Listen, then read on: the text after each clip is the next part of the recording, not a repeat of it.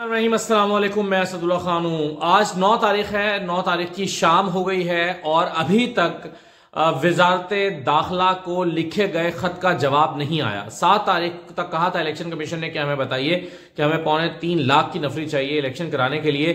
7 तारीख तक हमें जवाब दिया जाए। 9 तारीख गुजर गई है लेकिन अभी तक खत का जवाब नहीं आया जो इलेक्शन कमीशन ने वजारत दाखिला को लिखा था। इस खत की अहमियत यह है कि इसी पर डिपेंड करता है इलेक्शन 8 फरवरी को हो रहे हैं या नहीं हो रहे, क्योंकि अगर नफरी नहीं मिलती, नफरी कहीं और मसरूफ है, फौज कहीं और मसरूफ है, अमन अमान की सूरत हाल है अगर मुल्क में, जाहिर है हमें तो नहीं पता, ये तो इदारों को पता है, पाकिस्तान की फोर्सेस को पता है और वजारत दाखिला को पता है। अगर वो कहते हैं कि जी फोर्सेस मसरूफ हैं, इलेक्शन के लिए नहीं दी जा सकती, तो फिर इलेक्शन कमीशन के लिए इलेक्शन कराना बहुत मुश्किल हो जाएगा और वो जाएंगे फिर सुप्रीम कोर्ट के पास और जाकर कहेंगे जनाब हमें देखिए अफराद नफरी नहीं मिल रही, हम कैसे इलेक्शन कराएं। तो इसलिए बहुत अहमियत का हामिल ये खत है जो अभी तक नहीं आ रहा। दूसरी बात यह है, वैसे आज के अखबारात में यह खबर लगी हुई थी कि आज ये मुतवक्के है कि ये खत आ जाएगा वजारत दाखिला के, लेकिन अभी इस वक्त तकरीबन 7:30 हुए हैं जब ये वीडियो रिकॉर्ड कर रहा हूं, तो 7:30 बजे तक भी ये खत का जवाब तो नहीं आया। हो सकता है इसके बाद आ जाए, हो सकता है कल आ जाए, लेकिन ये खत बड़ा इंपॉर्टेंट है।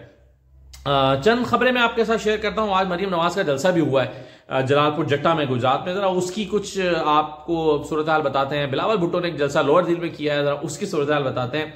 मरीम नवाज ने कल वो जो एक फिर रौला बन गया था, ये नवाज शरीफ बात करते हैं और बाकी फैमिली मेंबर जो उसको कवर करने पर लग जाते हैं। नवाज शरीफ ने कल एक बात की, एहतसाब की, हिसाब दिया जाएगा, आज मरीम नवाज को कवर करती रही है, तो इस पर भी कुछ बात करते हैं। आईपीपी और नून लीग में सीट एडजस्टमेंट की क्या सूरत पैदा हो रही है, क्या ऑफर्स हैं, तो इन तमाम चीजों पर आज की इस वीडियो में हम बात करेंगे। देखिए, सबसे पहले मैं आपको बताऊं कि असद कैसर साहब जो हैं उन पर कॉलेज के गमले तोड़ने के केस में आज जमानत मंजूर हुई है। कॉलेज के गमले उन्होंने तोड़े हैं, उस पर उनका केस था उनके ऊपर, और असद कैसर साहब की जमानत मंजूर हो गई है।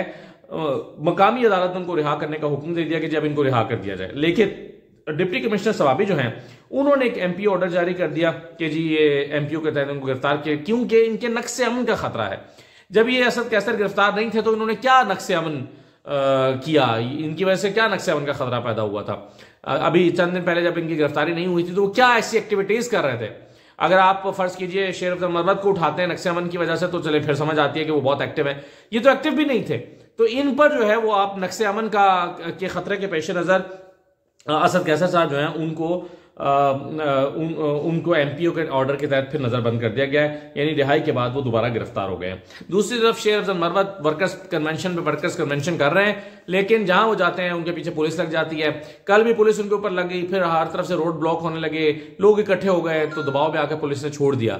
आज भी एक वर्कर्स कन्वेंशन था बाजोड़ में, अभी जरा उसकी डिटेल्स लेते हैं कि वहां पर क्या हो रहा है, तो क्या हुआ है। बहरहाल शेर अफजल मरवत को मैंने एक वीडियो देखी जिसमें गाड़ी के अंदर बिठाकर और आगे दोनों तरफ लोग जो है वो पीछे और फिर आगे पीछे गाड़ियां लगाकर इस तरह से शेर अफजल मरवत को एक जगह से दूसरी जगह मुंतकिल किया जा रहा है, तो उनका भी खतरा है कि किसी भी वक्त उनको गिरफ्तार किया जा सकता है। अच्छा जी, देखिए, इससे पहले कि मरीम नवाज के जलसे पर आऊं और उसके शानदार मनाजिर आपको दिखाऊं, उससे पहले मैं आपको बताऊं आईपीपी और नून लीग के दरमियान जो कल सीट एडजस्टमेंट की बात हुई थी, उसमें शहबाज शरीफ साहब की मुलाकात जहांगीर तरीन से हुई। जहांगीर तरीन साहब सीट एडजस्टमेंट चाहते हैं और ये पुरानी खबर है कि वो जो है वो 30 सीटों पर एडजस्टमेंट चाहते हैं। वो चाहते हैं कि कम से कम कौमी असेंबली की 30 सीटें उनको दे दी जाएं और इसी तरह से सूबाई असेंबली की 40 सीटें उनको दे दी जाएं, या 40 सीटों पर एडजस्टमेंट कर ली जाए और ये वहां पर नून लीग अपने बंदे खड़े ना करे। लेकिन सवाल ये पैदा होता है कि नून लीग ऐसा क्यों करेगी, नून लीग को क्या फायदा होगा, क्या सवाब होगा ऐसा करने से। तो ये खारिज अज़ इम्कान है, ये मैं पहले दिन से आपको कहता चला आ रहा हूं।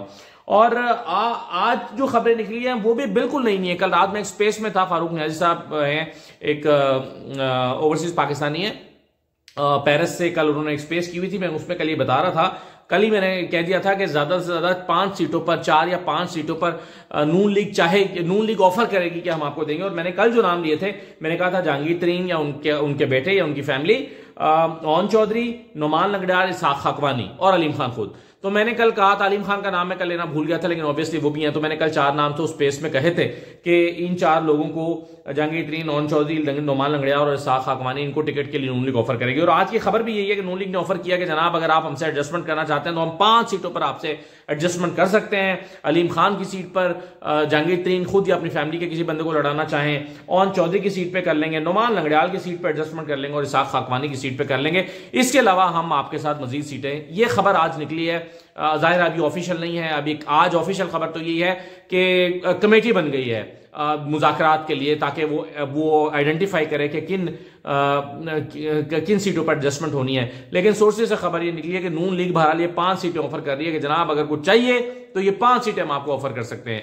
लेकिन आईपीपी के पास कोई ऑप्शन नहीं है, कोई चॉइस नहीं है। वो एंड में आकर इन्हीं 5 सीटों पर मेरा ख्याल मान भी जाएंगे कि चलो ठीक है, ये 5 सीटें तो हमें दो। तो ये जो टोटल आईपीपी और नून लीग के दरमियान सीट एडजस्टमेंट की कहानी चल रही है वो इन 5 सीटों के गिर्द घूम रही है, इससे ज्यादा कुछ नहीं है। मरियम नवाज साहिबा ने जलालपुर जट्टा में जनाब आज एक जलसा किया है और इसकी बड़ी तशहीर की जा रही थी 2-3 दिन से। आज तो टेलीविजन पर, नेशनल टेलीविजन पर इसके बाकायदा पेड कमर्शियल्स चलते रहे कि मरियम नवाज गुजरात आ रही हैं, बड़ी हाइप इसको दी गई। लेकिन उसमें से निकला क्या, मनाजिर मैं आपको दिखाता हूं उस वक्त के जब मरियम नवाज तकरीर कर रही हैं, तो उस वक्त के मनाजिर क्या हैं तकरीर के दौरान। बाद में आपको दिखाता हूं आमी रद्दमल क्या है, लेकिन ये तकरीर के मनाजिर भी आप देख लें।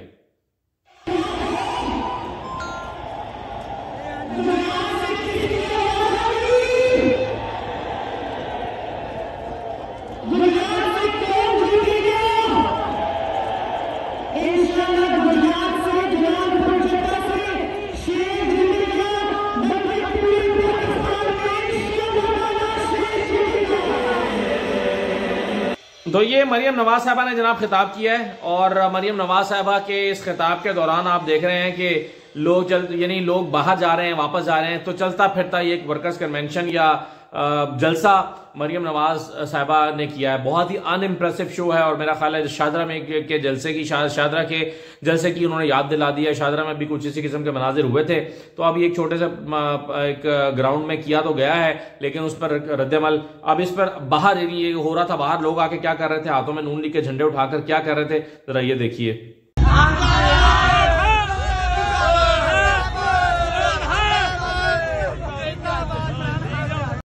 तो ये जलसे से बाहर आकर लोग इमरान खान जिंदाबाद के नारे लगा रहे हैं। और इसके अलावा कुछ बच्चों ने, खैर बच्चे तो नासमझ होते हैं और बेवकूफ होते हैं, तो ये बच्चों की वीडियो भी आप देख लें। ये बच्चे जो हैं इन्होंने अपना एहतजाज किया है, छोटे छोटे बच्चे हैं स्कूल के। तो ये तो खैर नासमझ है, इनको तो किसी ने, इमरान खान ने गुमराह किया। इमरान खान ने तो खैर पूरी नस्ल, बल्कि 2 नस्लें खराब कर दी हैं। तो ये उसी खराब नस्ल के नुमाइंदे हैं ये बच्चे जो कि मरियम नवाज के पोस्टर पर जूते बरसाते हुए नजर आ रहे हैं। ये नहीं होना चाहिए, बड़ा अफसोस हुआ।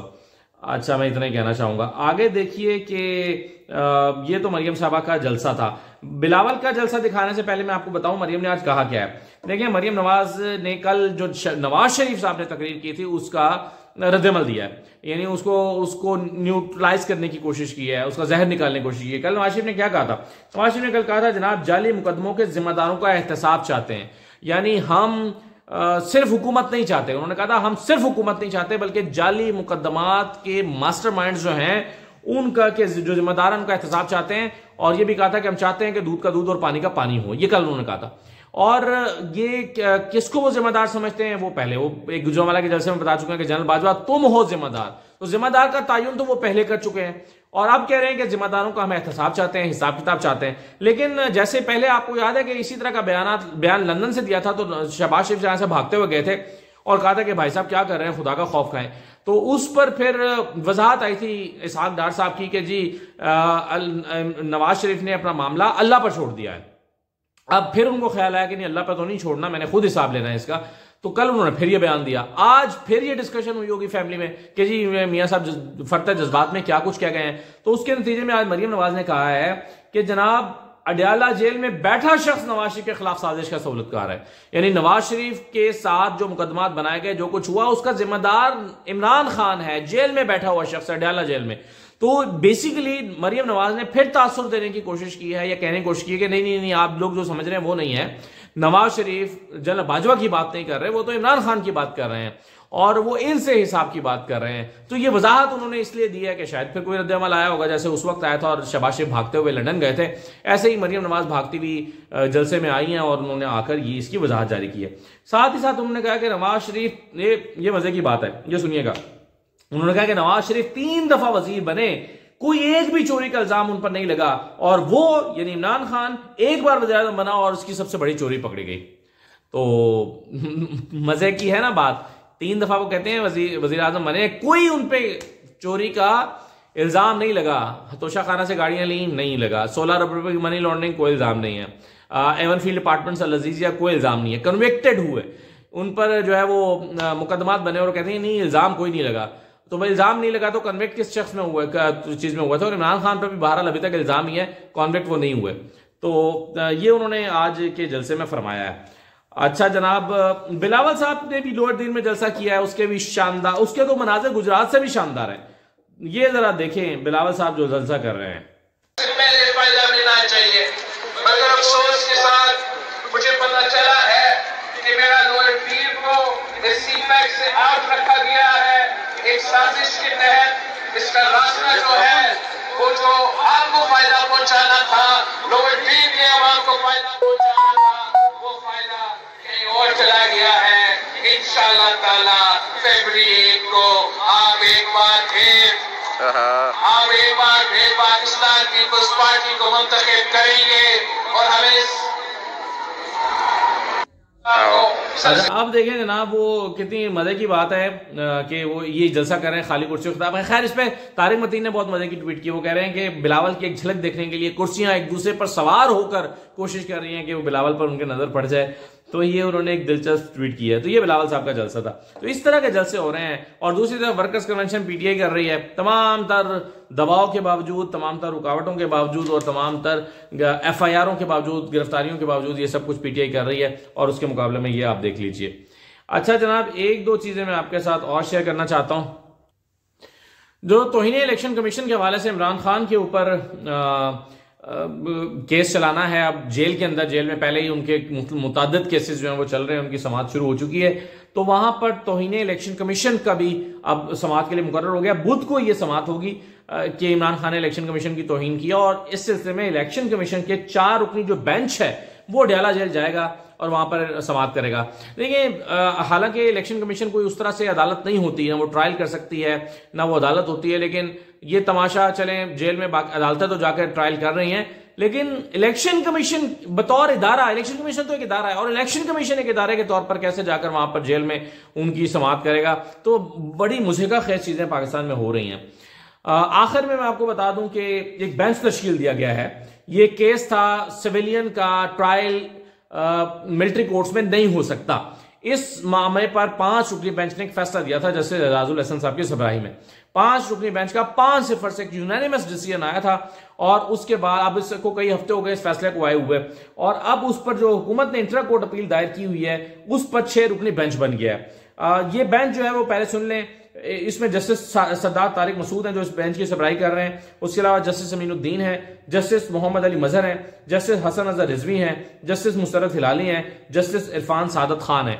ये बहुत अहम नौयत का मुकदमा है, और इसके चंद हैरानकुन पहलू हैं। हैरानकुन पहलू पहले तो ये है कि सबसे पहली बात तो ये कि वो जो फैसला आया था वो फैसला अभी तक इंप्लीमेंट क्यों नहीं हुआ, इस पर तो कंटेम्प्ट बनती है। तो काजी फैसल साहब का मेरा ख्याल है एक बहुत बड़ा इम्तहान है कि वो अपने ही बेंच के एक फैसले को इंप्लीमेंट नहीं करा सके, और उस पर फिर इंटर कोर्ट अपील आई है, अब फैसला सस्पेंड भी नहीं हुआ हुआ अभी तक। और दूसरी बात यह कि खुद चीफ जस्टिस काजी फैसल साहब इस बेंच का हिस्सा नहीं बने, अब इस बेंच का हिस्सा नहीं बने, और इस बेंच का से वो उन्होंने गुरेज किया इस बेंच का हिस्सा बनने। ये बहुत ही अहम नौयत का मुकदमा है। बहुत सारे लोग तवक्को कर रहे थे खुद चीफ जस्टिस इसका हिस्सा बनेंगे, न सिर्फ बल्कि जस्टिस अतर मिनल्लाह को भी इस बेंच का हिस्सा बनाएंगे, क्योंकि इस तरह के मामले पर उनकी बाकायदा एक एक्सपर्टीज भी है, उनकी राय भी है, और वो भी इस तरह के, और चूंकि ये ह्यूमन राइट्स का मामला है, ह्यूमन राइट्स के मामले पर जस्टिस अतर मिनल्लाह साहब जो हैं उनको बहुत लोग जो हैं बहुत तवज्जो के साथ उनकी देखना चाहते हैं कि वो इस पर क्या राय रखने हैं। तो इस पर ना काजी फैसल साहब हैं, ना जज अतर मिनल्लाह हैं, और फैसला इंप्लीमेंट नहीं हुआ पिछले बेंच का, और ये एक बेंच जो है इंट्रा कोर्ट अपील अब सुनेगा, तो इसकी भी समाअत जो है वो होने जा रही है। 6 रुकनी बेंच बना दिया गया। जैसे काजी फैसल साहब जो हैं उनसे मेरा ख्याल है उनका एक बहुत बड़ा इम्तहान था, और मैं ये नहीं कहूँगा कि अपने इम्तहान में वो नाकाम रहे हैं, लेकिन बहरहाल बहुत सारे लोगों को मायूसी हुई है कि वो इतने अहम केस में वो बेंच का हिस्सा क्यों नहीं बने और उन्होंने गुरेज क्यों बरता है। इजाज़त दीजिए, अल्लाह हाफिज़।